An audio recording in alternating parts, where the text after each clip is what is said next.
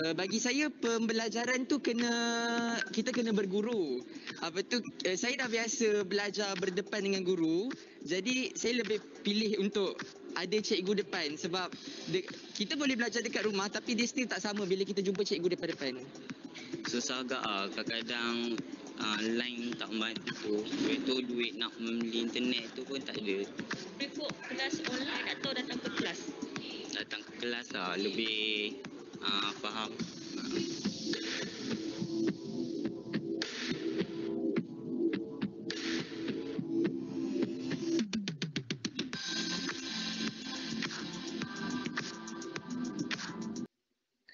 Assalamualaikum, salam sejahtera. Kita bersama dalam siri The New Normal Series COVID-19 mempercepatkan revolusi teknologi pengajaran dan pembelajaran, dan apa yang anda lihat sebentar tadi itu adalah sebahagian daripada apa yang diluahkan oleh para pelajar untuk tingkatan 5 terutamanya apabila mula masuk sekolah pada hari Rabu lepas.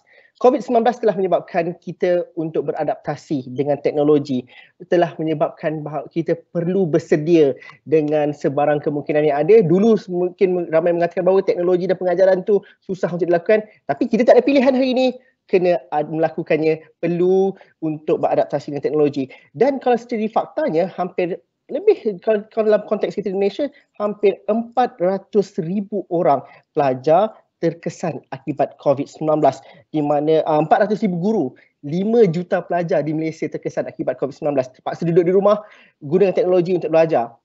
Apa yang kita pelajari setakat ini? Jadi untuk itu bersama saya pada hari ini, saya cukup besar hati, saya ada ramai panelis dan juga speaker bersama saya pada pagi ini dalam seri webinar kita.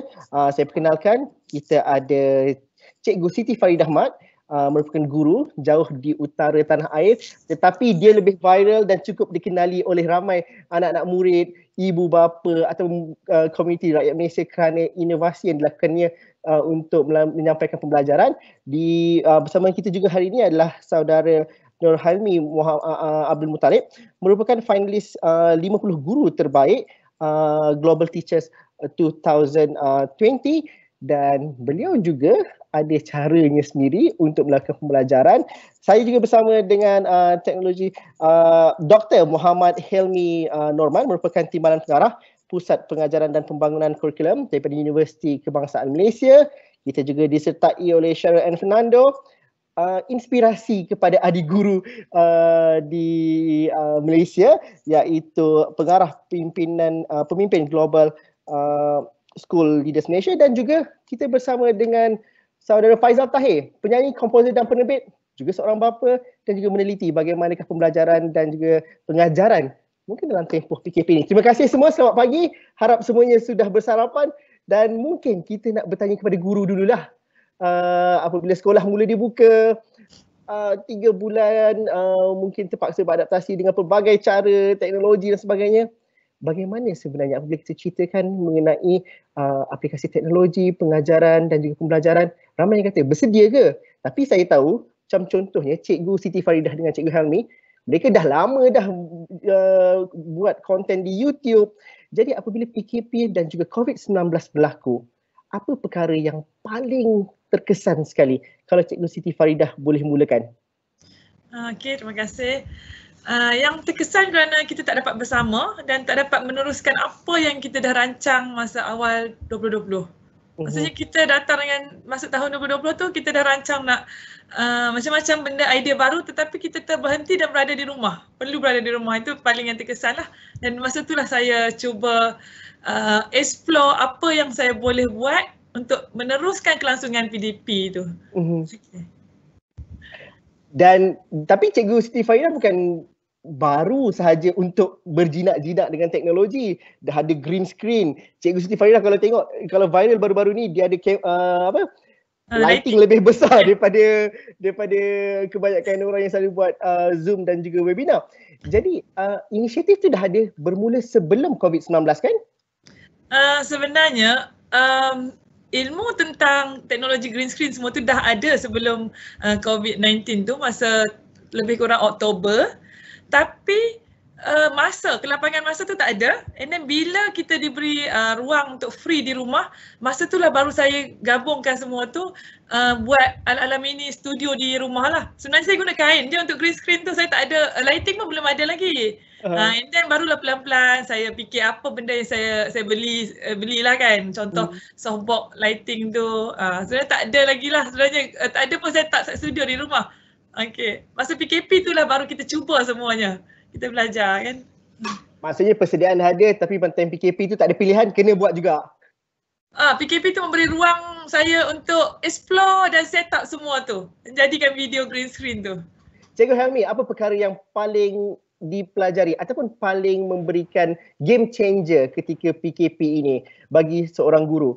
Cikgu Helmi adalah antara individu yang ambil inisiatif sendiri ataupun ada usaha dilakukan sejak sebelum ini untuk mengubah cara pembelajaran dalam bilik darjah, mengubah cara pembelajaran dan juga pengajaran, walaupun tak dengan buat konten sendiri di platform digital.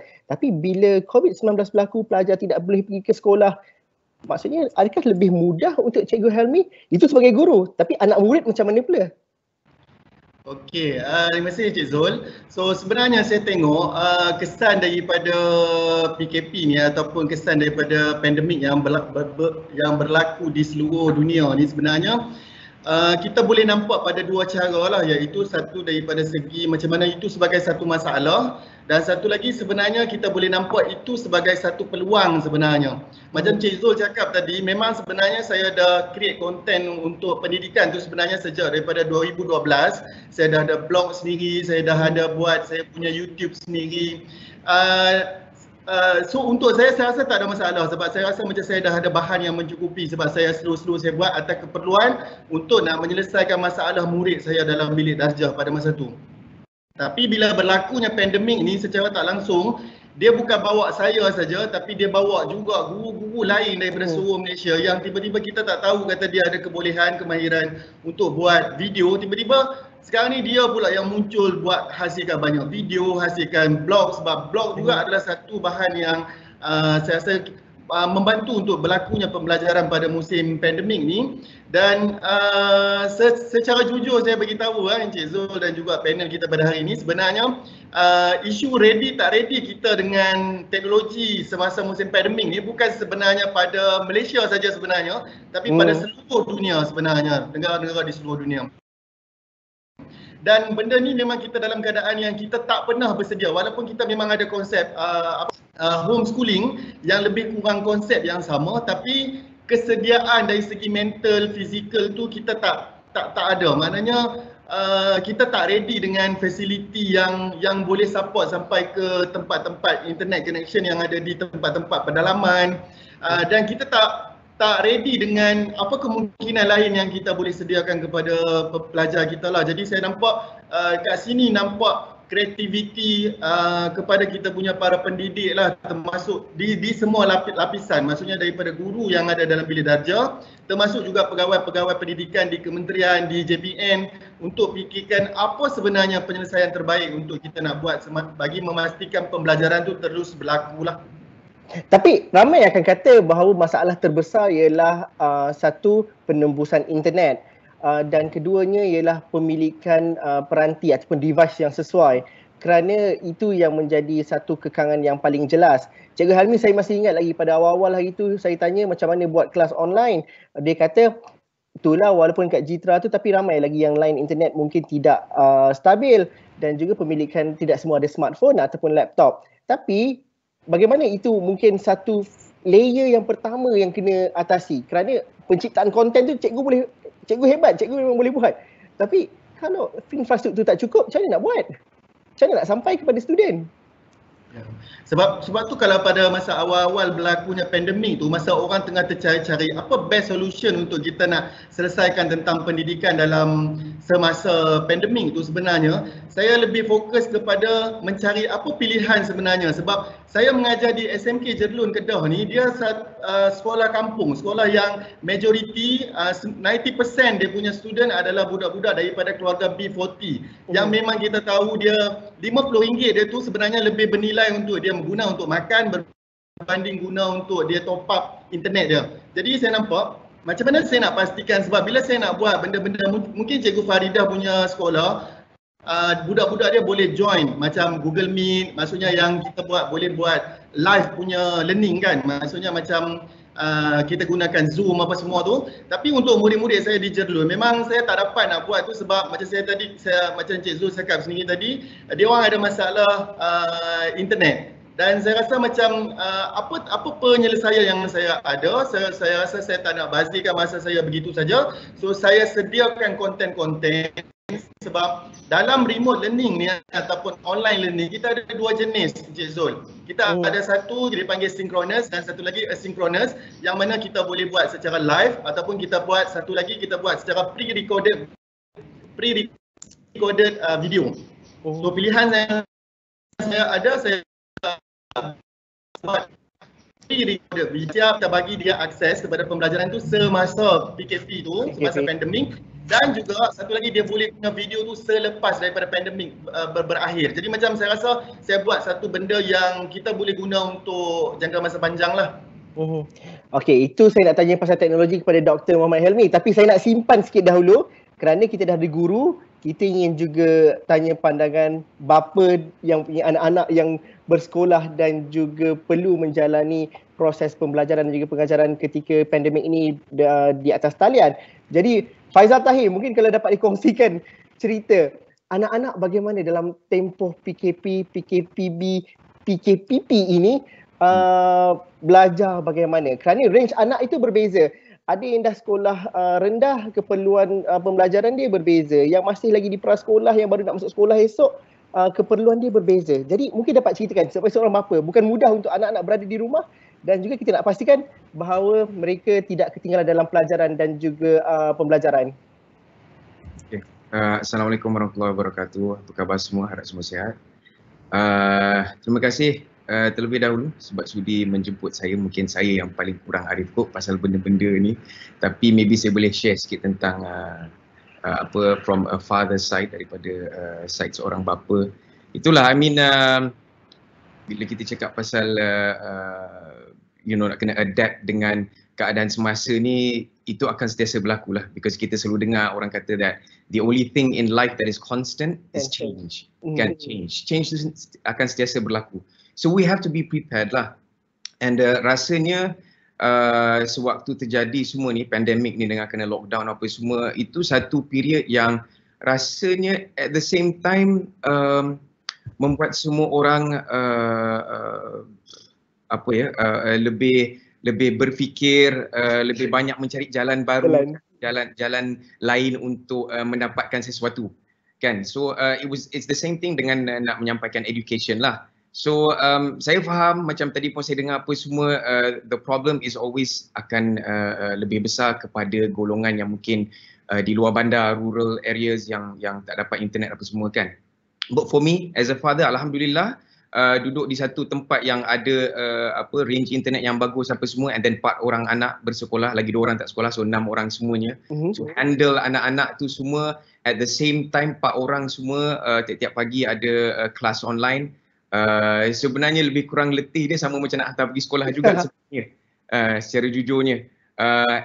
Macam contoh kata, mungkin salah satu cabaran yang saya hadapi adalah disebabkan 4 orang anak, so mungkin memang nak kena cukup gadgets, kena cukup laptop untuk anak-anak dekat rumah apa semua kan. And then another challenge for me is dekat sekolah anak-anak guna PC, komputer. But at home dekat rumah saya guna MacBook, so dia punya keys tu lain. So I have to go back and forth dengan wife saya apa semua, kena duduk sebelah the children, try to lompat-lompat jugalah, just to make sure diorang semua okay. Yeah, so it's not easy. Tetapi I think itulah, kalau kita nak cari alasan memang sentiasa akan jadi susah. So pada saya, macam saya cakap tadi, it's always about adapting lah. Kita kena, because the truth is kita yang kena kejar teknologi takkan tunggu kita. Yeah. So we have to be prepared, and rasanya dalam setiap kesusahan tu kita mesti ada jumpa satu benda yang mungkin yang sebelum kita tak sedar ada. Apa yang Faizal rasa Faizal jumpa dalam tempoh 3 bulan ini? Kerana betul, sebagai ibu bapa tidak kita sibuk dengan kerjaya, dan mungkin ada yang kita rasa bahawa tanggungjawab pembelajaran dan juga pengajaran tu kita serahkan kepada sekolah. Persentage tu mungkin bertambah apabila tempoh pandemik ini, dan kadang-kadang ibu bapa mungkin baru sedar, oh begini rupanya anak-anak belajar. Itu satu perkara. Dan juga perkara kedua ialah bila mereka berada di rumah, kita perlu wujudkan suasana yang mereka ada minat nak mengikuti kelas online ni. Kita tidak boleh paksa, kita orang dewasa pun kita tak suka kena dipaksa duduk tengok laptop hanya untuk belajar. Jadi how do you create space dan juga environment supaya mereka rasa macam boleh ikut satu perkara dan juga mereka berminat dan juga fokus dan memahami bahawa ini cara baru, ini kehidupan yang perlu diamalkan pada waktu ini. Okay, actually yang soalan pertama tu dah terjawab sendiri oleh kita punya moderator, sebab memang sebenarnya kita pun tak suka dipaksa apa semua kan. So memang bukan senang lah nak suruh budak-budak duduk dekat satu tempat and you know, dengan kita kejap dengan adik dia, kejap lagi dengan abang dia, dengan kakak dia, so dia boleh ambil kesempatan untuk buat benda lain ke apa ke. Pernah je saya juga terserempak anak saya seorang tu berborak pasal dia punya game pula. Orang tengah kelas tiba-tiba tengah chatting pasal apa game Call of Duty apa benda kan. So itu, you know, challenges yang we still are adapting. Kita belum ada solution lagi lah for me. Okay, macam saya cakap tadi. And then saya ada tengok video tadi yang ada budak-budak cakap, of course bila kita berhadapan dengan cikgu tu, it is much easier untuk faham. Itulah fungsi cikgu kan sebenarnya as a human being.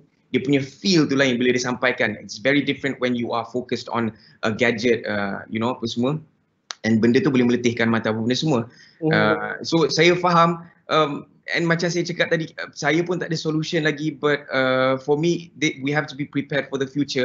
And mungkin lepas ni bila sekolah dibuka, I'm sure benda tu akan lebih mudah untuk anak-anak belajar. Kita semua tahu tu, but I think we should maintain this teknologi punya, penggunaan teknologi ni, I think for extra classes, for tuitions, and also for meetings untuk PIBG dengan ibu bapa pun sebenarnya lebih memudahkan. But for classes, I still agree. Saya still setuju kalau dia pergi berjumpa dengan cikgu sendirilah kan. Dan ada interaksi dekat situ. Dr. Helmi, bagaimana kita nak melihat? Kita banyak cerita pasal teknologi sebelum ini, kita cerita pasal revolusi 4.0 dan kita mengeluarkan pelbagai cadangan pembelajaran kita patut begini, begitu. Tetapi ketika pandemik ini, negara yang paling maju dengan teknologi juga masih lagi beradaptasi dan juga masih lagi mencari formula yang terbaik untuk setiap pelajar, kerana jurang itu datang daripada pelbagai segi. Ada daripada jurang pengetahuan, jurang pendapatan dan juga jurang teknologi pada hari ini. Dan itu bukan sahaja dihadapi oleh ibu bapa, murid, tapi juga oleh para guru. Jadi apabila kita melihat apa yang berlaku sebelum pandemik, apabila kita bercerita mengenai teknologi dan juga pengajaran dan pembelajaran, dan ketika pandemik pada ketika ini, apa yang benar-benar kita pelajari dan juga mengubah persepsi dan juga testimonial yang ada dahulu. Okey, terima kasih Cik Zul. Panjang soalannya. Terima kasih ya. So itulah pra-pandemik dan apa di era pandemik sekarang Saya tertarik dengan apa Cik Faizal Tahir sebut tadi mengenai apa norma baru dekat norma baru tu ada maksudnya gadget pun lain, teknologi lain. Ibu bapa pun guru-guru pun lain cara dia. So dalam pembelajaran ni ada dua macam Cikgu Helmi sebut tadi segerak dan tidak segerak.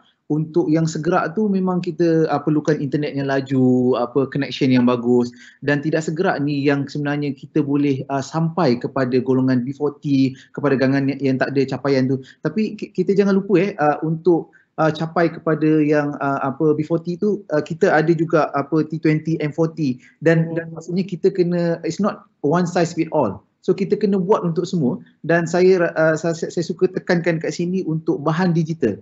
Kerana kita kurang bahan digital, Cikgu Helmi, Cikgu Siti, I think Miss Cheryl pun dan maybe Cik Faizal Tahir pun kita sama-sama boleh bantu dalam pembangunan bahan digital.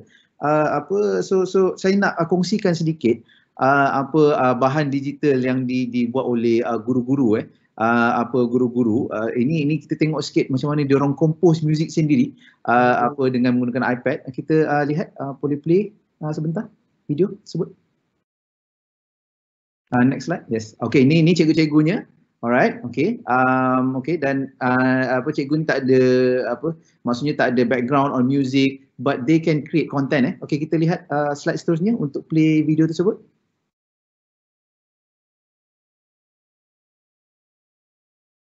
Okay, suara tak keluar. Sound tak keluar. Okay, ada. Alright. Okay, tak apa. It's okay. Ini sebenarnya suara lagu-lagu yang ini lagu daripada lagu fotosintesis yang digubah sendiri oleh cikgu. Dia tak ada tak ada background macam Cik Faizal Tahir. Dia memang terror kan, dia boleh main gitar semua. But again apa yang kita mahu adalah kita nak inspire cikgu-cikgu, kita nak beri inspirasi kepada cikgu-cikgu bahawa benda ni semua mudah, boleh buat sendiri. Boleh play tak satu lagi slide tadi yang hujung, kita tunjuk animasi sikit last. Play next. Nak tunjuk animasi sikit. Boleh? Okay. Sambil-sambil, it's okay. No worries. Sambil-sambil tu, boleh next slide. Ada audio dia.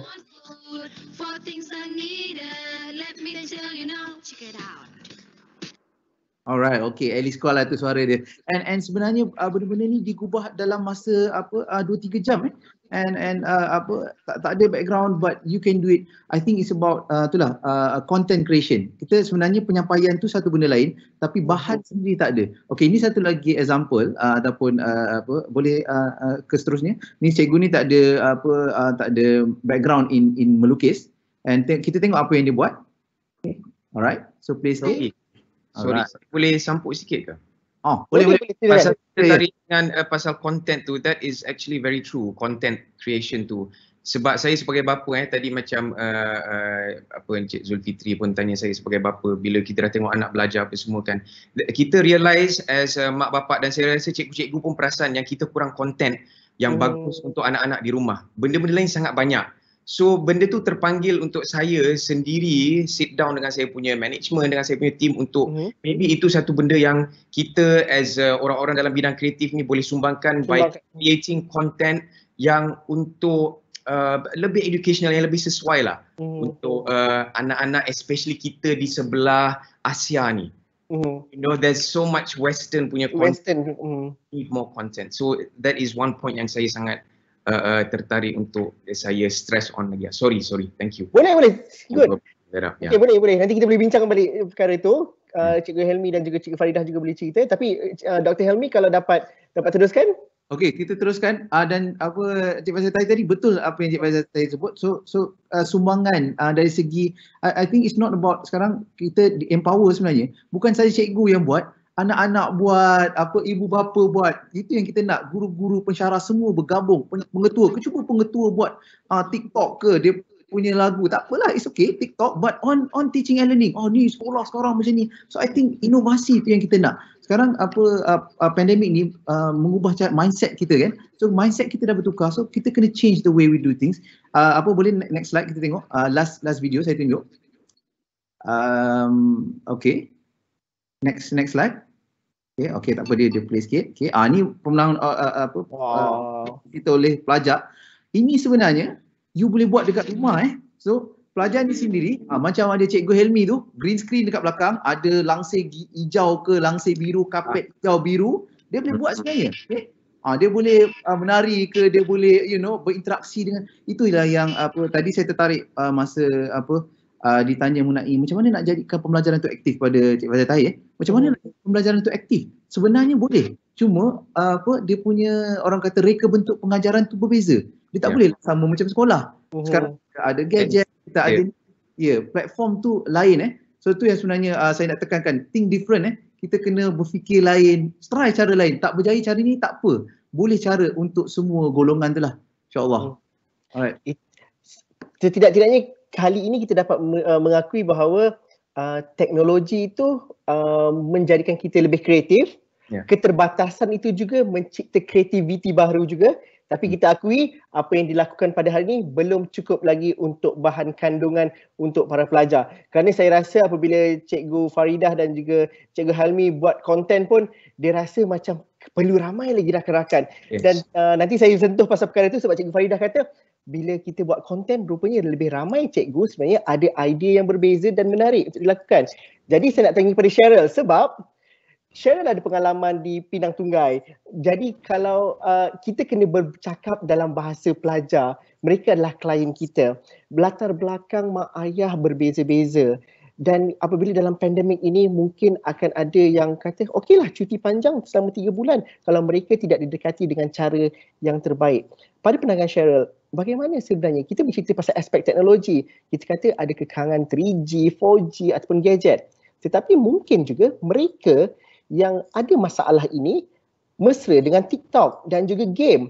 Malah mereka sanggup beli data untuk bersosial media. Itu kita tak nak salahkan, itu kerana kehidupan mereka. Jadi pada pandangan Cheryl, bagaimana ini perlu difikirkan dalam situasi anak-anak muda, anak-anak yang belajar ini. Mereka berusia 13 hingga 17 tahun. Sesama usia pun, gap mereka pun besar. Pada pandangan Cheryl, apa yang kita perlu fikirkan juga, one size doesn't fit all, tapi apa yang kita boleh fikirkan dalam konteks itu?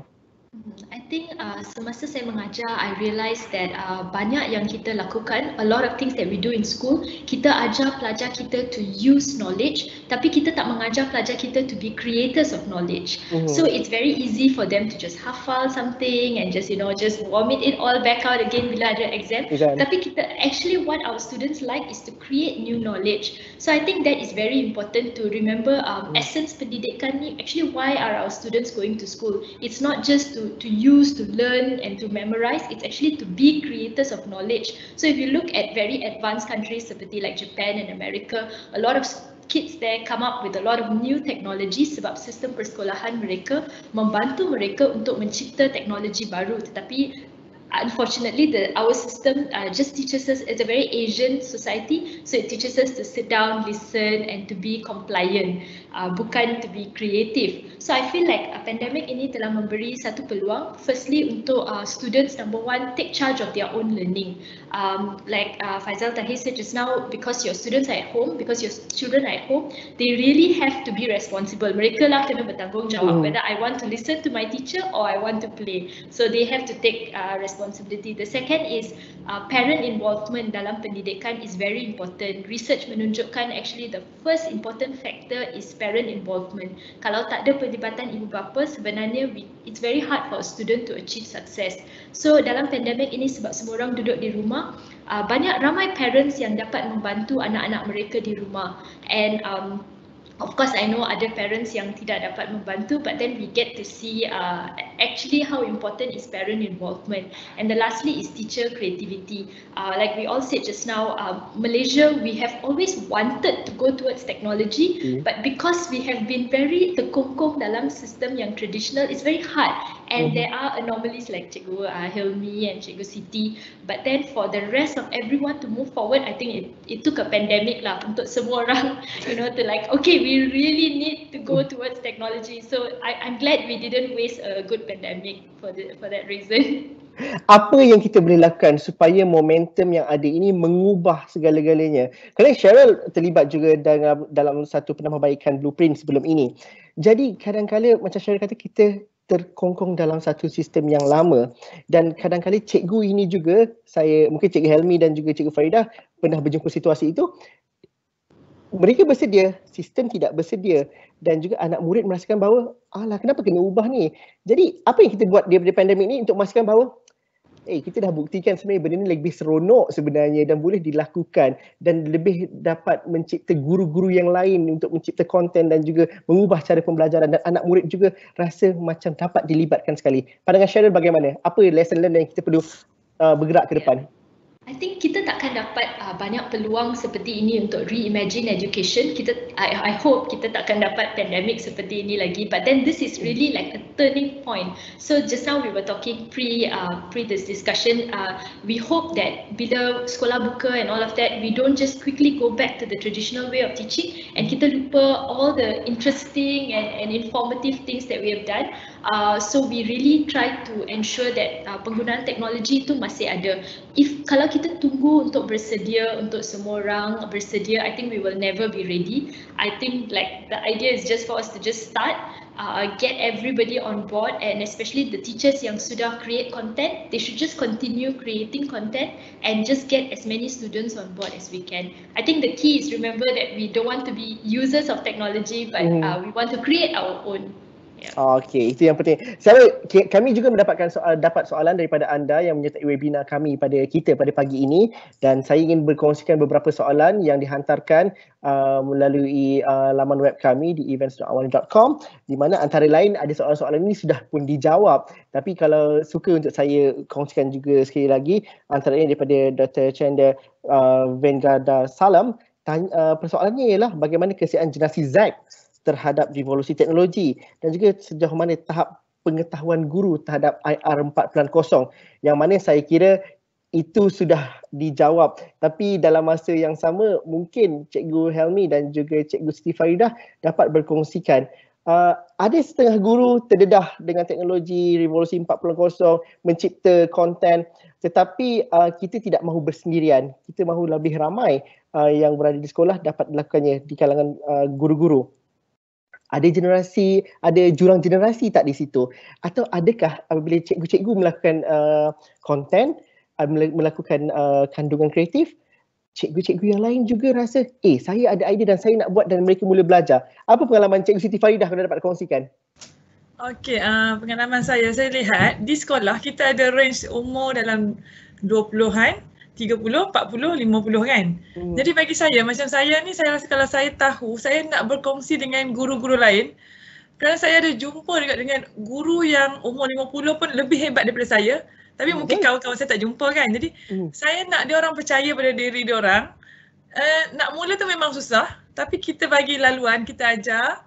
And then nanti bila dia orang rasa sendiri, dia orang akan datang kreativiti untuk subjek mereka sendiri. Sebab saya sendiri pun masa mula-mula online class, saya sendiri pun stuck sebab saya rasa boring online class saya tu. And then bila dah 3 bulan ni, saya walaupun dah buka sekolah, saya ada buat extra class dengan form 5. Maksudnya kelas tambahan dulu kita kena di sekolah. Sekarang saya buat kelas tambahan di rumah masing-masing online. Saya dah dapat tukar kaedah mengajar tu. Contohnya kita dah tahu, dalam bila online tu bagaimana kita nak bagi kelas tu seronok, kita boleh bermesra juga dengan pelajar. Contohnya tanya, kadang-kadang kita selitkan dengan macam dalam kelas, Kita tak adalah one way. Kalau sebelum ni saya sendiri pun one way. Macam baca je. Apa guna conference kan kalau saya seorang je bercakap, yang lain mute kan. Sebenarnya adalah kita cuba dulu. Kita tak tahu benda tu betul atau tak, tapi kita cuba. Lama-lama kita boleh adapt lah dengan benda baru tu. Maksudnya cikgu saya, kalau dah ada banyak pengalaman, saya ajak rakan-rakan lain merasa pengalaman yang manis tu sama. Dan mereka sudah semula proaktif untuk melakukannya. Kerana ya. Kami di sekolah sekarang saya macam dulu saya sebenarnya promote cikgu-cikgu, jom kita ada channel masing-masing di YouTube. Tapi saya rasa kurang dapat sambutan. Tapi sekarang ni saya kata okey, kita buat channel YouTube sekolah. Sekarang sekolah saya ada Derma channel. Saya yang createkan channel tu. Tapi saya bagi boleh password dengan email tu untuk cikgu-cikgu yang nak kongsi konten di sana. Ini bila saya pantau, saya sendiri seronok. Saya boleh tengok sejarah, saya boleh tengok matematik. Bukan saja student boleh masuk kelas yang lain-lain. Maksudnya form 5 belajar BI, dia boleh belajar balik basic form 1 BI. Tapi cikgu pun boleh sama-sama kongsi, wow, cikgu ni macam ni ya. Kalau kita sendiri tengok kelas kita pun kita boleh nampak, oh kelemahan saya macam ni, cara saya. And then kita boleh termotivasi bila kita kongsikan YouTube di YouTube channel. Ada student lain yang datang belajar ke YouTube channel kita, tulis komen, cikgu kami request lagi kan. Itu yang saya nak belajar, cikgu-cikgu lain pun dapat rasa ada pelajar yang daripada jauh-jauh datang belajar dengan diorang. Tak apalah diorang tak nak YouTube channel sendiri, kita buatkan YouTube channel sekolah di mana kita bekerjasama jadi satu tim. Okay. Itu antara success story, benda yang seronok dan juga memberi motivasi kepada Cikgu Siti Farida. Cikgu Helmi, bagaimana pula cerita? Kerana kita faham bahawa apabila nak create ataupun mencipta kandungan di pengajaran ini memerlukan masa, memerlukan sedikit pengorbanan dari segi tenaga dan juga kewangan juga. Bukan mudah. Dan itu ada satu tambahan kerja. Jadi Cikgu Helmi, bagaimana nak kata bahawa ini bukan satu bebanan, ini satu motivasi, ini satu keseronokan baru oleh guru-guru dan sejauh mana itu juga memberikan motivasi kepada rakan-rakan yang lain? Okey Cik Zul, sebenarnya untuk pendidikan semasa pandemik ataupun pasca pandemik ni sebenarnya dia punya peranan guru tu dah berubah lah. Maksudnya kalau dulu guru lebih bersifat macam individual ataupun kita dah mula galakkan menerusi PLC, Professional Learning Communities yang diwujudkan di sekolah-sekolah. Tetapi sebenarnya peranan guru secara individu di rumah kan, sebab kita bekerja sendiri daripada rumah masing-masing kan. Jadi sebenarnya kat situ peranan kita dah berubah. Guru sepatutnya dah jadi sebagai seorang leader. Guru juga sepatutnya dah jadi sebagai seorang collaborator, orang yang boleh collaborate dengan orang lain. Dan satu lagi adalah guru sebagai creator. Maksudnya macam Cik Zul cakap tadi lah, sebagai content creator apa semua. Dan apa yang memacu kepada kejayaan peranan-peranan baru guru ni adalah digital, benda-benda digital, benda-benda teknologi. Sebab tu macam Cikgu Siti buat di sekolah dia, iaitu macam mana dia orang buat collaboration among teachers untuk mengajar dan kemudian benda tu, itu adalah satu inisiatif yang sangat bagus. Dan sebenarnya macam Cikgu Siti cakap, sebenarnya kalau kita nak orang kata apa, nak pastikan benda tu diikuti, kita kena pastikan benda tu berjaya dulu, baru orang lain nak ikut, orang lain will get inspired. Okay? Dan sebenarnya untuk Cik Zul dan juga panel yang lain sebenarnya hari ini, sebenarnya cabaran paling utama untuk online learning ni sebenarnya yang pertama adalah to get the students respond. Nak dapatkan student punya respon tu memang very challenging.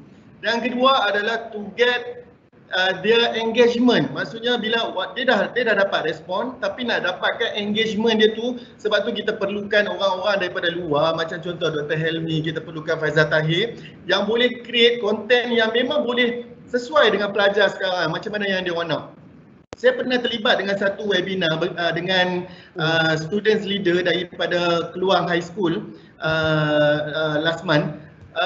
Bila saya dapat dengar, sebab dalam webinar tu itu kali pertama webinar yang menggabungkan guru dan juga pelajar. Jadi kita boleh dapat perspektif pelajar tahu apa ciri-ciri konten seperti yang pelajar nak. Oh rupanya dia nak macam ni, macam ni, macam ni, macam ni. Rupanya barulah kita tahu. Apa? Ya? Contoh macam ni itu apa? Apa contoh yang dilakukan? Dia nak konten yang memang interaktif, yang dia sendiri boleh terlibat. Dia tak nak jadi one way punya style of teaching. Maksudnya dia sendiri pun menyumbang kepada bahan tu. Jadi bila saya dengar daripada perspektif pelajar, baru saya tahu, oh rupanya selama ni kita guru-guru ni banyak create konten yang syok sendiri, konten yang kita rasa kita macam kita rasa macam benda tu kita dah rasa best, tapi sebenarnya tak menepati pun seperti yang pelajar generasi Z sebab most of the teachers ni dia guru-guru daripada generasi X, generasi Y, yang kita punya the way how we think tu dah tak sama dah sebenarnya dengan pelajar sekarang. Student kalau boleh dia nak cikgu-cikgu dia main TikTok, mengajar melalui TikTok. Itu future punya orang kata apa? Future punya way of learning kan. Dan sebab itulah bila dengan berlakunya pandemik ni sebenarnya saya tengok satu perkara yang kita kena bagi perhatian adalah tentang penggunaan teknologi itu sendiri. Adakah betul-betul sebagai satu, adakah pembelajaran tu betul-betul berlaku ataupun teknologi itu hanya sebagai satu tool, satu aksesori semata-mata? Okey, soalan tu mungkin boleh dijawab oleh Dr. Helmi. Adakah teknologi itu tool semata-mata ataupun sebenarnya memerlukan sebenarnya lebih hebat guru-guru yang kena fikirkan, ada interaksi, demand student pun berbeza dan juga mungkin demand mereka lebih tinggi berbanding dahulu, zaman kita dulu. Okey, terima kasih Cik Zul. Bagus soalan tu. Maksudnya betul, teknologi tu penting. Tapi dia kalau tanpa teknologi kita tak boleh buat. Okey, macam sekarang kita berwebinar di sana di Kedah ada, di KL ada. Jika teknologi tak ada kita tak boleh buat. Okey. Tapi macam mana kita gunakan ataupun reka bentuk pembelajaran itu penting juga. Okey. Dia tak sama macam kita reka bentuk dalam kelas, sebab kat dalam kelas student ada kat depan, kita nampak muka dia. Okey. Tapi kalau dalam talian macam mana kita nak bagi dia engage tadi macam Cikgu Helmi cakap macam mana kita nak bagi engage, macam mana kita nak aktifkan pembelajaran mereka dan saya suka tarik apa yang Cikgu Helmi sebut tadi sebagai content creator. Kita kena engage dengan beri dia tugasan untuk create content. Ini cikgu, saya bersyarat saya ada 2 jam nak cakap, saya bersyarah 2 jam habis. Kalau Cikgu Helmi cakap 2 jam dia bersyarah habis lah, pening lah student tu kan. Tapi kalau kita bagi 10 minit, okey 10 minit, sekarang kita berhenti. Okey, jom kita buat ni. Okey, buka iPad anda ke, MacBook anda ke, ada phone ke, okey, buka. Sekarang try. Okey, now cuba buat video satu. Okey, rakamkan, katakan fotosintesis tadi kan. Okey, cuba pergi belakang rumah, ambil gambar pokok. Dia ambil gambar pokok. Cuba ceritakan pada cikgu. So dia bagi video tu. Itu inovasi yang kita nak. Sebenarnya keterlibatan ataupun engagement tu yang kurang. So kita kena redesign macam Cikgu Helmi sebut tadi future drone katanya. Sebenarnya saya suka guna bukan the future is future, but the future is now actually. Drone sebenarnya taksi dah terbang dah sebenarnya kan. Drone taksi ada, drone kita boleh, saya pun ada drone, saya boleh benda tu sebenarnya dah ada and kita kena sediakan untuk the skills of tomorrow. So maksudnya nanti pada 5 tahun lagi pekerjaan drone mungkin you tak tahu drone, you tak boleh jadi cameraman sebab kita perlukan pilot drone.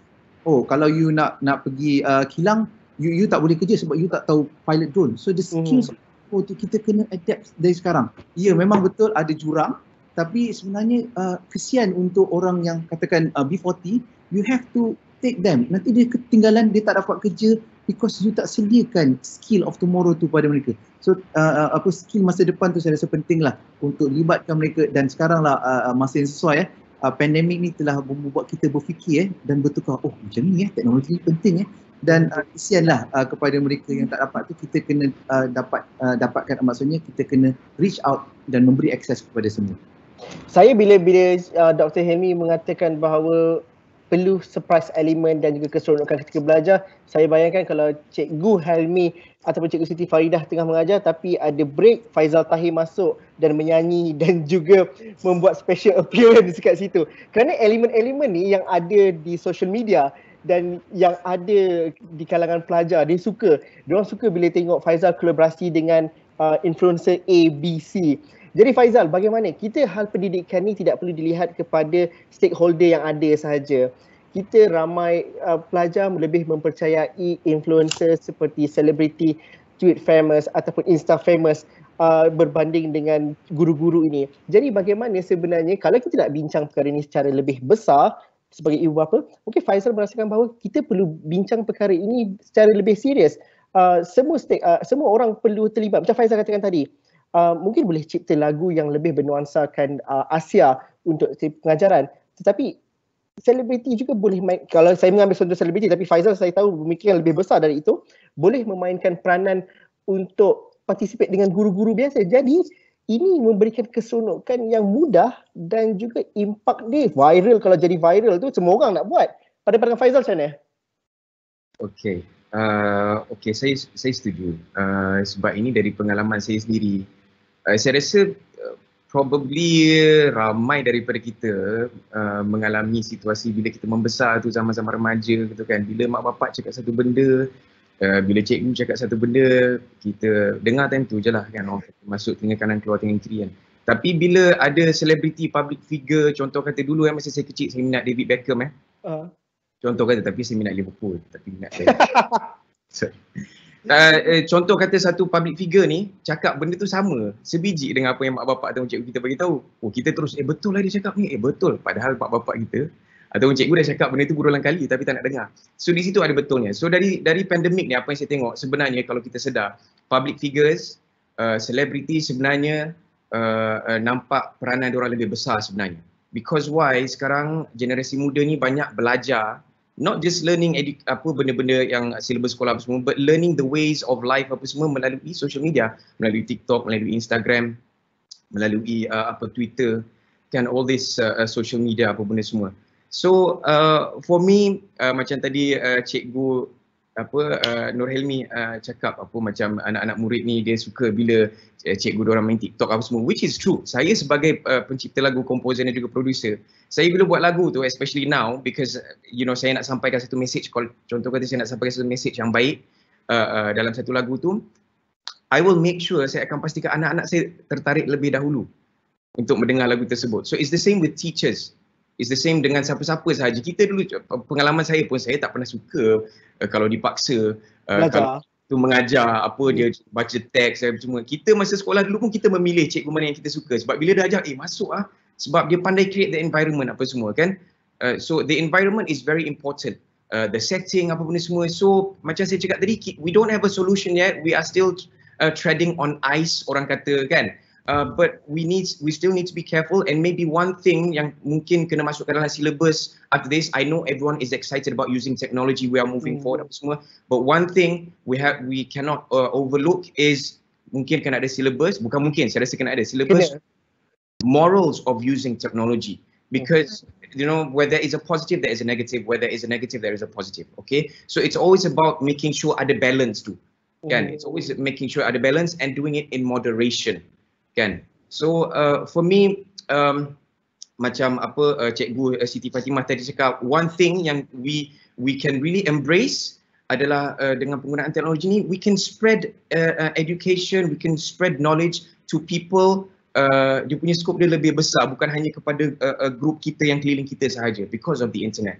So at the end of the day, macam Cheryl cakap tadi, it's responsibility. Yes, we need to teach the kids to be responsible. Bila diorang belajar, we also need to let them control what they are learning. But at the same time, as parents pun kena sedar, because of this pandemic, saya harap ramai parents, especially saya, sedar yang peranan ibu bapa sebenarnya sangat besar dalam pendidikan anak-anak. Janganlah letakkan 100% responsibility tu, tanggungjawab tu pada cikgu bila mereka pergi sekolah. Mak bapak kena main peranan yang sangat besar.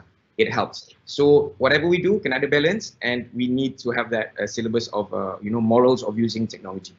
It's good point yang best kat situ. Tapi Faizal, kalau cikgu-cikgu nak berkolaborasi dengan selebriti, artis ni, kadang-kadang ada yang takut ke, mungkin ada bayaran tertarik, tapi mungkin akan kata macam mana nak approach. Tapi saya rasa teknologi juga menyebabkan ramai selebriti dan juga influencer ni lebih mudah untuk memberikan kerjasama. Dulu kita kena jumpa PA dan sebagainya. Jadi sekarang kalau DM, boleh dia kata, Faizal boleh tak kita collaborate ataupun muncul seketika kejap dalam konten saya. So, saya tahu Faizal pernah buat untuk rancangan untuk 1 minit masakan ketika bulan puasa hari tu. Ini maksudnya teknologi yang allows us to do that. So pandangan Faizal bagaimana sebenarnya? Masyarakat terbuka, golongan selebriti juga terbuka, tambah lagi kalau dalam konteks pendidikan. Jadi guru-guru perlu juga boleh berinteraksi juga dengan individu ataupun kelompok influencer seperti Faizal sendiri? Okay, that is a very good idea. Saya suka sebenarnya tu, you know, because of the borderless, tak ada limit tu, because kita boleh connect through internet apa semua, kita boleh get influencers to suddenly make a pop up dekat virtual class kau benda kan. Good idea. But I think first and foremost, influencers macam saya cakap tadi, after this pandemic, harus sedar yang public figures, or now we want to call influencers, celebrities, apa-apa sahaja, have to realize diorang punya peranan sekarang lebih besar, because they are reaching out to a huge audience, lebih ramai daripada cikgu-cikgu, lebih ramai daripada orang yang kadang-kadang lebih banyak benda baik nak dikongsikan. So these influencers harus sedar terlebih dahulu diorang punya peranan adalah lebih besar. What they post online haruslah memberi satu benda yang, you know, it has to be good, it has to be positive apa semua. So cikgu-cikgu mungkin tak perlu tunggu untuk collaborate dengan certain public figures, but these public figures should put up content that teachers can actually use untuk ditunjukkan kepada anak murid mereka. Tak perlu tunggu pun, Cik Faizal boleh tak nyanyi satu lagu? Boleh buat macam tu, no problem at all. Kan? Tapi kalau 400 sekolah minta saya macam tu, saya tak kan. So I myself, first and foremost, saya kena sedar saya punya peranan. Okay, so that's why I sat down with my team. Saya cakap we have to do more content untuk boleh disesuaikan dengan golongan generasi Z ni, generasi muda, sebab kurang sangat content tu. And then cikgu boleh guna, lecturers boleh guna benda tu, content tu. So I think macam saya cakap tadi, always kita buat apa-apa pun kena ada control of it. Nak lepaskan 100%, nak ikut cakap diorang pun tak boleh, kena ada balance. But I think we need to listen to the younger generation what they want, sebab kita dulu pun tak suka cikgu paksa something on us. Dan saya belajar benda tu daripada anak-anak saya juga, and I'm sure cikgu-cikgu kat sini pun belajar daripada anak murid yang kita boleh bercakap selama 2 jam, dia keluar pada kelas tu satu benda pun dia tak dapat. I think we all know that kan. So it's up to us untuk bagi benda tu interesting. Tapi dalam masa yang sama, ketika pandemik ini juga kita tahu ada beberapa cerita yang viral. Pelajar sanggup panjat pokok dan bermalam untuk mendapatkan internet untuk belajar. Satu, itu mendapat perhatian yang cukup besar. Kedua, ada juga nenek dan juga ibu bapa yang menemankan anak-anak untuk cari tempat untuk dapat internet spot yang kuat untuk belajar. Dan ini sebenarnya anak-anak yang betul-betul nak belajar. Mereka rasa dah berbulan-bulan tak belajar. Dan itu tidak dapat tidak kerana kegagalan kita untuk sediakan infrastruktur untuk mereka. Pada pandangan Cheryl, this is wake up call. Hey, ini adalah satu perkara yang serius dan adalah bukan perkara yang dibuat-buat, sesuatu yang genuine. Jadi tidak perlulah perkara itu viral baru nak dilakukan sesuatu. Jadi takkanlah kita nak bercerita panjang seperti ini, tapi kita tidak menyiapkan sesuatu perkara yang paling asas. Dulu internet adalah perkara yang mewah, yang sekarang yang harus yang macam tak semua mampu milik, tapi itu adalah keperluan asas seperti elektrik dan juga air pada hari ini. Cheryl, pada pandangan Cheryl, bagaimana sebenarnya tidak dapat tidak apa saja idea yang kita kata pada hari ini perkara serius. Come on, bukan hal pendidikan saja, tetapi infrastruktur, banyak lagi stakeholder yang terlibat. I think kalau if anything pandemic ini it shows us how big the digital divide is. Sebenarnya we have so many of our students who are struggling with access. Actually this education inequity lah, bukan inequality, inequity ni kan, it has existed even before, and a lot of people we have been talking about it. You know, inequity means we give somebody what they want to succeed. It's not giving everybody the same thing. So we've been talking about it, but when this pandemic happens, it really widens the gap. So if anything, those students who are left behind, mereka semakin left behind because they don't have access now. And I think there's a very important saying, it takes a village to raise a child. So meaning every stakeholder has to play a very important role untuk pembangunan seorang kanak-kanak, for a development of a child. So that means it's the community leaders, it's their MPs, it's their aduns, it's the people who are sediakan the internet, it's celebrities like Faizal Tahir said just now. When I was teaching, I used to be very irritated with my students for using whitening products after listening to the celebrities, and I feel like, what? Teacher said don't do it, and you're listening to all the celebrities. So I think it's all these parties who come in and help us to raise the child. It's not the responsibility of the teachers. But that digital divide, I think Malaysia as an advanced country, we have no excuse anymore to have our students climbing trees to get internet. No excuse at all. I really think, I hope that we have to, like Cikgu Siti said just now, you have to be viral for somebody to take you seriously. I hope Betul. that changes. Yeah, I hope this becomes the norm. Like access to internet is like the norm for everyone. Yeah. Kerana dah, Let me add, sorry, 30 seconds because It wasn't you, the whitening product. Don't worry. if it was me, I'm so sorry. I'm still dark. Okay, sorry, just sikit je, 30 seconds. I think I'm sorry to say this, but I think one of the big players, we have to be realistic. We can discuss about this whole thing berjam-jam, but at the end of the day, it's the people upstairs, the government has to look into this because this is bukan dalam bidang kuasa kita. They have to look on how to make sure reach kepada luar orang rural ni to technology. They have to, I'm sure you want the next generation that is going to rule the country to be educational, knowledgeable, apa semua, good at critical thinking. So at the end of the day, we can talk about this and then it will just habis hilang macam tu je. So these kind of things yang kita nak discuss daripada tadi ni, the people upstairs need to know about it. They have to take action. Diorang kena tahu and I'm sure they have a way of looking into this. Sebab itu beyond kita punya control. Itu je. Dr. Helmi, itu bukan tidak dilakukan. Itu dilakukan. Itu pengumuman di sekolah. Di sekolah Cikgu Siti Farida. Tak apa, Dr. Helmi, itu yang bukan kita kata tidak dilakukan sejak 10-15 tahun lepas. Kita ada pelbagai blueprint, kita ada pelbagai inisiatif yang dilakukan. Kita juga sudah menjalankan ini sejak 10 tahun lepas lagi untuk memastikan bahawa teknologi dan juga fasilitas itu sampai di sekolah. Tapi itu ada perkara yang kita perlu jujur untuk mengatakan bahawa ada beberapa perkara tidak berada pada tempat yang sepatutnya. Jadi pada pandangan Cikgu Helmi, ini perkara yang perlu diadres secara lebih serius dan juga perlu dilihat secara kolektif. Tidak melihat kepada sekolah sahaja sebagai nukleus untuk teknologi itu, tetapi seluruh kawasan. Ianya perlu fleksibel. Pada pandangan Cikgu Helmi, apa yang kita perlu lakukan dengan lebih tegas dan juga lebih proaktif lagi selepas ini? Okay, saya kan? Okay, sebab Cikgu Helmi pun ada sebelah tu. Okay. Sure, no problem, Cikgu. Sangat menarik apa yang dikatakan oleh Miss Cheryl tadi, Cik Faizal Tahir. Saya bagi satu analogi lah. Untuk sampai ke sekolah, kita kena ada kereta, kenderaan. So sekolah tu adalah tempat di mana kita bersekolah. Tapi untuk masa sekarang, kita nak sampai ke sekolah tu, kita kena ada teknologi. Dan teknologi tu adalah keretanya.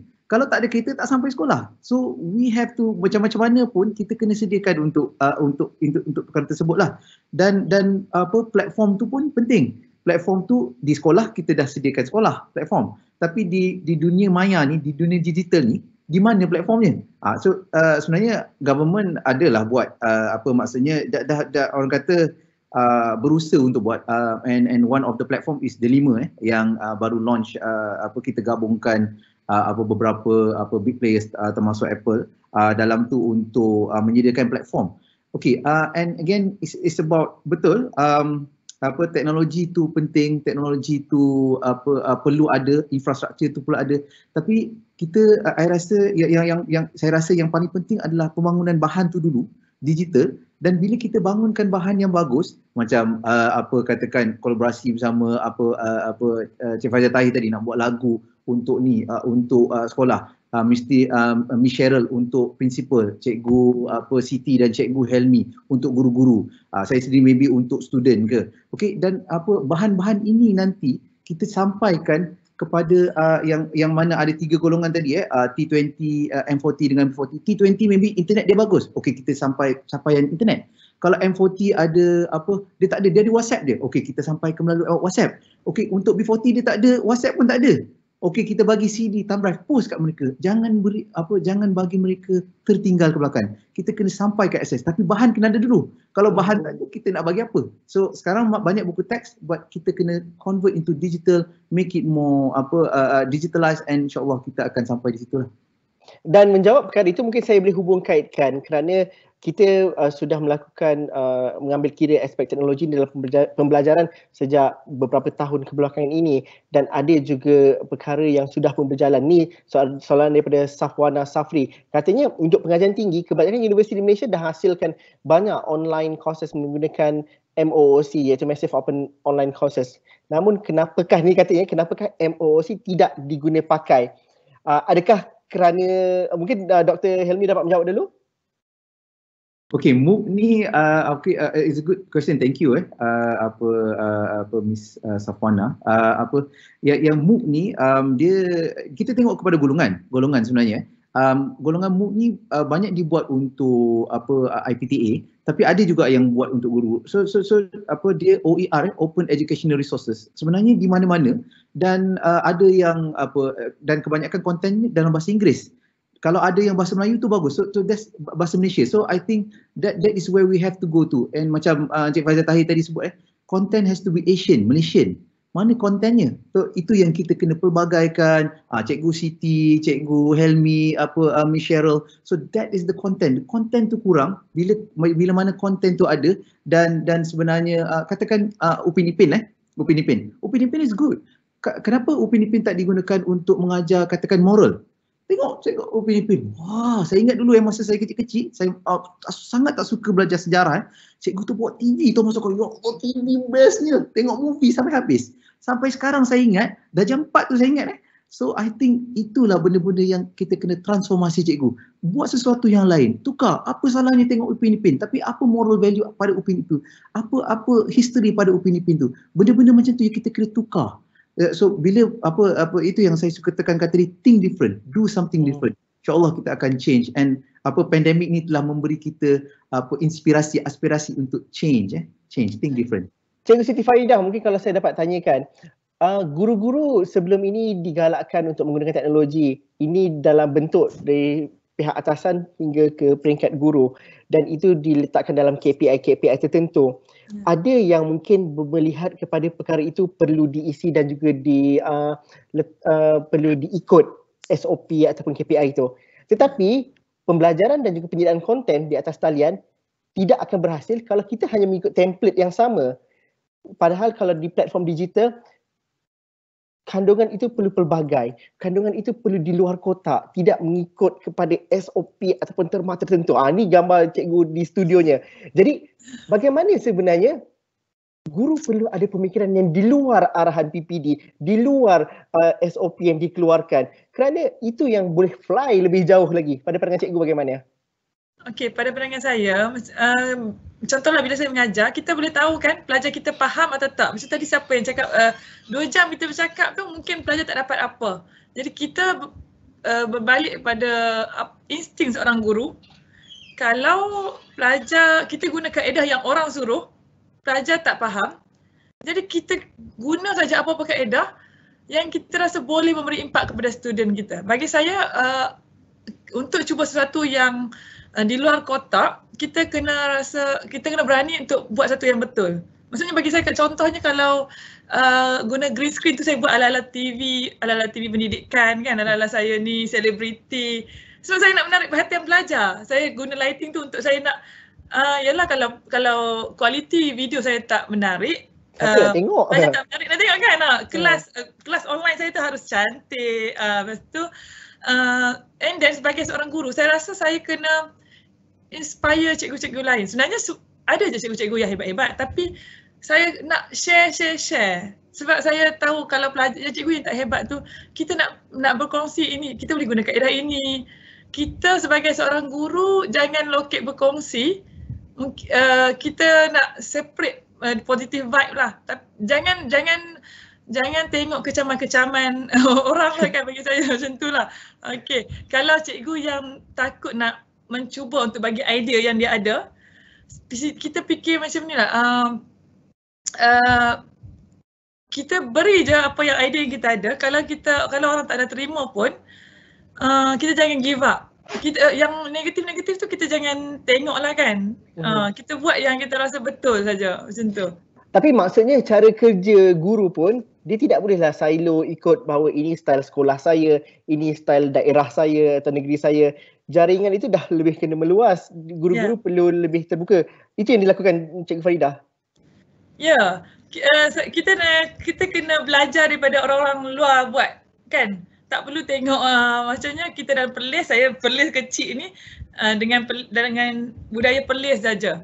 saya tengok cikgu-cikgu di luar kan di Sabah ke, banyak cikgu-cikgu yang memberi inspirasi dan saya nak bawa apa yang diorang beri inspirasi tu kepada cikgu-cikgu di Perlis juga.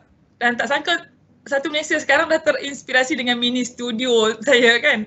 Jadi diorang rasa macam benda tu tak pelik, kalau you nak buat ring light pun bawa je lah kan. Kita kenapa nak takut untuk buat satu perkara yang betul lah. Macam gambar sekarang ni, saya kiranya konsep gaming lah. Gaming. Gaming streamer kan. Student, okay, dari satu segi kadang-kadang ada alasan macam data semua tu kan.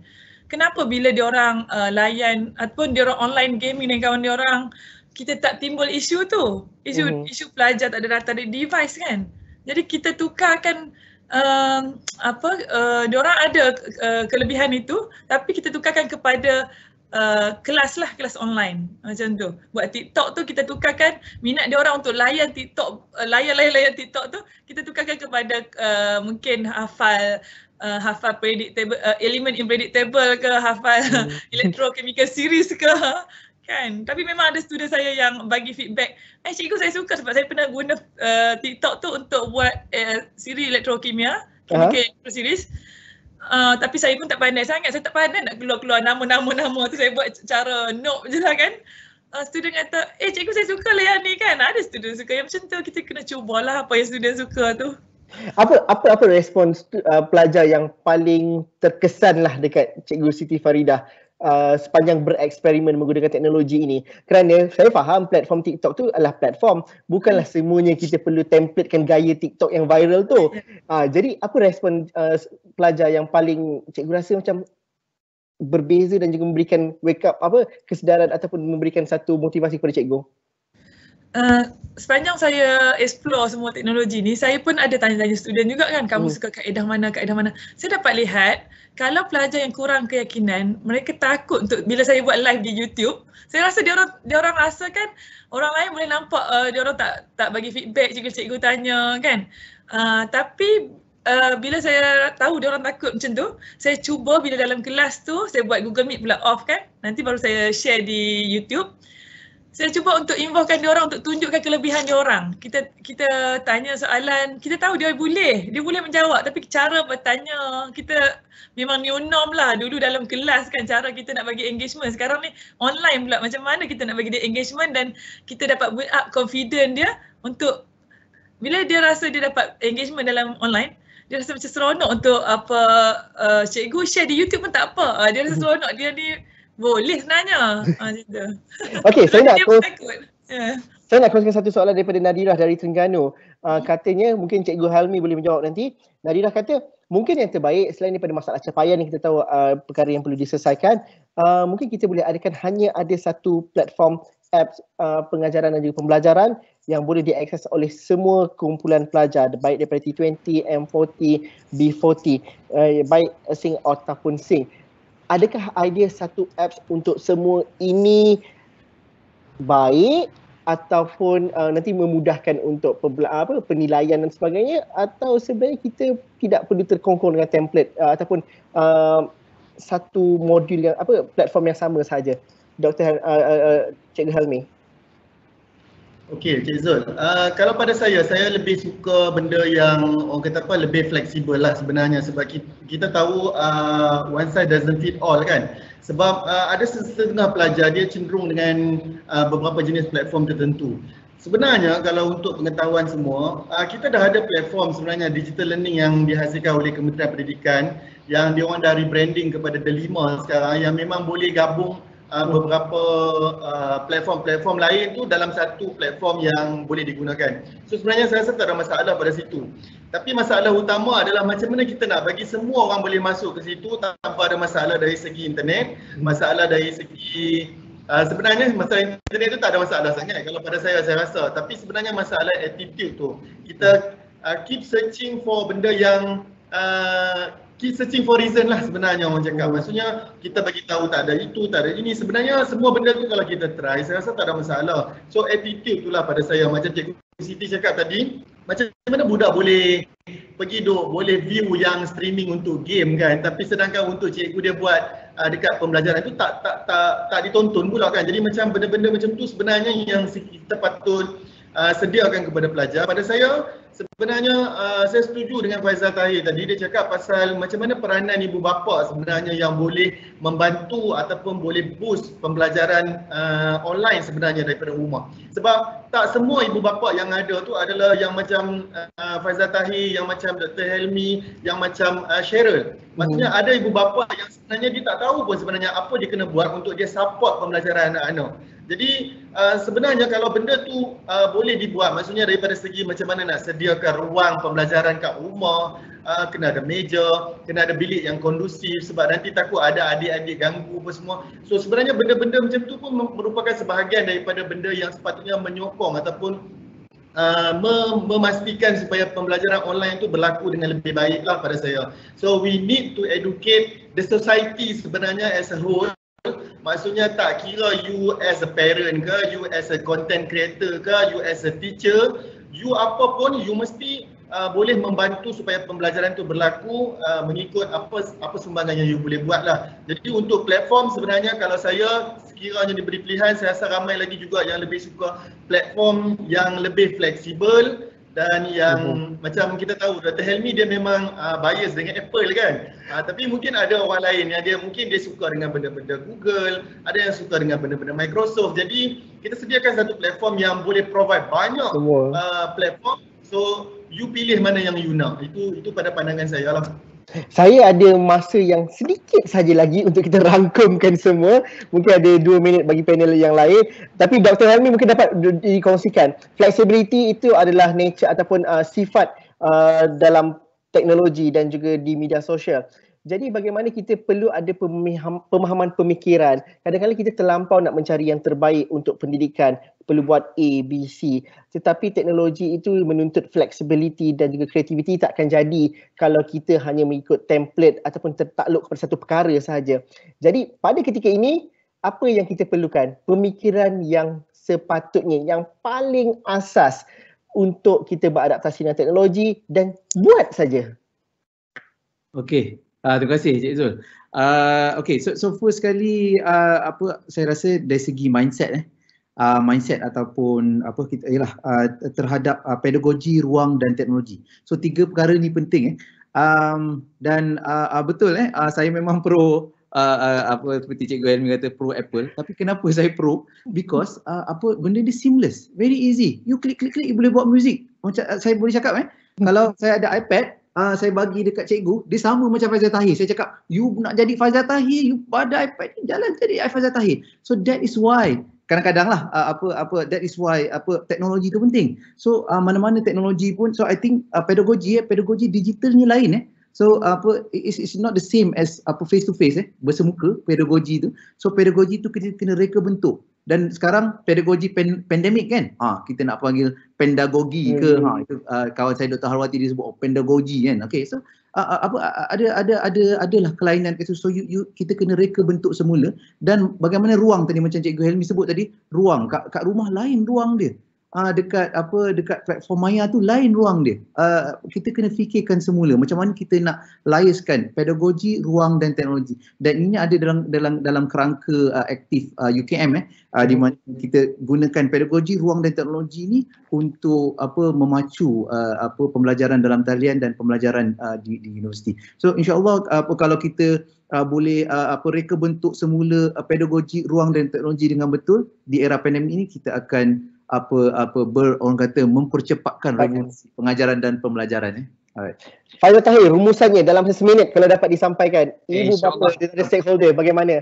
InsyaAllah. Pada saya just nak, I would like to echo, nak repeat apa yang Cikgu Nur Helmi cakap tadi.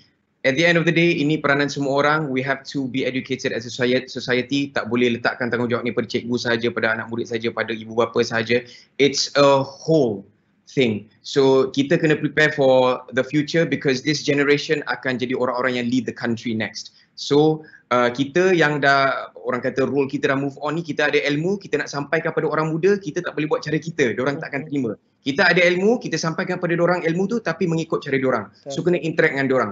Because at the end of the day, humans like to be acknowledged, manusia suka diberi kredit, manusia suka rasa involvement. So we have to find a way, mungkin belum jumpa lagi 100% but kena consistent dan persistent lah bila nak buat satu perubahan. InsyaAllah. InsyaAllah. Cheryl, akhirnya nanti bagaimana kita nak melihat bahawa pembuat dasar dan juga mereka yang berkepentingan melihat apa proses yang dilalui selama 3 bulan ini dengan cara ataupun dalam pendekatan realiti semasa. Sesuatu perlu di-acknowledge, sesuatu perlu diperakui dan juga pembuatan polisi perlu lebih jujur ataupun perlu lebih melihat kepada aspek-aspek yang berlaku pada hari ini. Pada pandangan saya, bukan kita tak kata berlaku, tetapi mungkin perlu sedikit pengubahsuaian daripada seluruhnya, daripada sistem, daripada segi bagaimana pentadbiran antara pejabat pendidikan, guru, ibu bapa, apa yang kita boleh lakukan dan wake up call. Yeah, I think the most important thing kita perlu ingat adalah kualiti sistem pendidikan kita tak boleh lebih baik daripada kualiti guru, right? The quality of our education system cannot be better than the quality of our teachers. So it's very important untuk kita empower guru-guru kita, especially teachers like Cikgu Siti and Cikgu Hilmi, empower them untuk mereka lakukan apa yang mereka fikir yang terbaik. Jadi tidak terlalu banyak they don't jangan set terlalu banyak boundaries daripada pihak KPM, daripada pihak PPD and all that. I can say this now sebab I'm no more teacher.